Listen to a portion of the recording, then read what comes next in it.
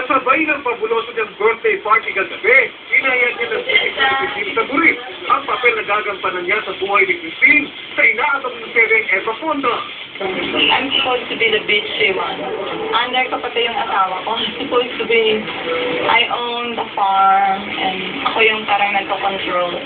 Maganda ka pa kay Eva Fonda, ha? O hindi naman. Siyempre bagets yun. Wala pa rin kupas ang binibining Pilipinas Steel Katikada si Penta.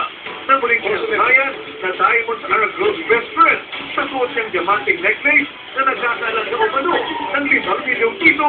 Magandang investment. Kailan ko naman isusuot kung matanda na ako at saka ako lagot na ako. You know, at least now, habang young ka pa and beautiful. Diba? You could enjoy it.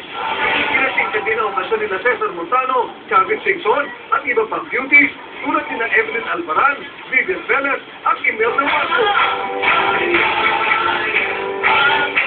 Pero hindi na kumpleto ang gabi kundi aawit si Singing Bee na nasilaw sa mga iyak ni Jean.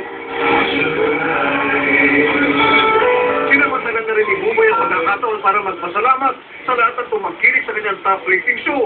Kami po ay patuloy na magmamahal sa inyo at magbibigay sa inyo ng Singing Bee. Babalik kami mas mahaba. Iniyak din ni Buboy na target niya sa puso ng pelikula nila ni Marilu Diaz Abaya tungkol kay Ninoy Aquino sa 2009. Pero sa ngayon, mas gustong karirin ni Cesar ang pagiging singer.